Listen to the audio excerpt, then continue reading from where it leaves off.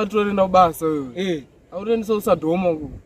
Akuna mabasa ari akudzosa netsoka shama. Azviko shama. Pakaipa. Iwe. Tsoka dzanza usata mutaro. Wabona ndokambaira mna. Ndokambaira mutaro. Bata zviko izvo ndarakabayiza. Ndinoti kubayiza sport manje kwakaita. Pakaipa. Amongenda mabasa usina kana mari muhomwe shamwari. Papa storina. Bata azviko izvi. Pafeje buje. Azviite. Akasadza vanhu mudaro. Bare ini kandakatomuona mudaro. Antoni bowa kana kutesa na face tomuona wewe. Angatondirwadza. Afuna kusangana ite pemunhu iye. Azviko izvi. Iwe. Iwe Ndiari iwe. Dzadziri hora bati. Bari vanhu veparefu mbano. Panoda kombi kabisa. Panoda kombi kana. Abere tsoka vanhu. Usaite kesi kadzedzo. Dzakawandisa cha waizi. Kuziya amahora cha.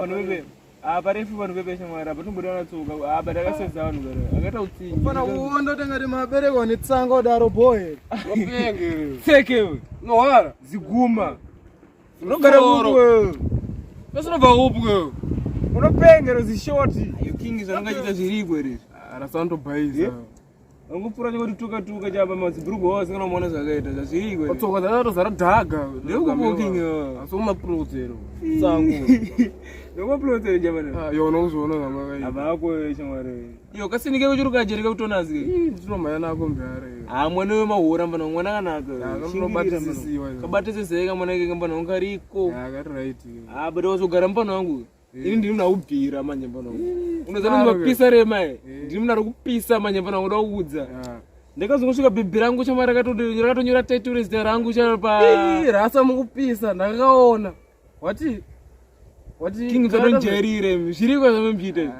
ndakakona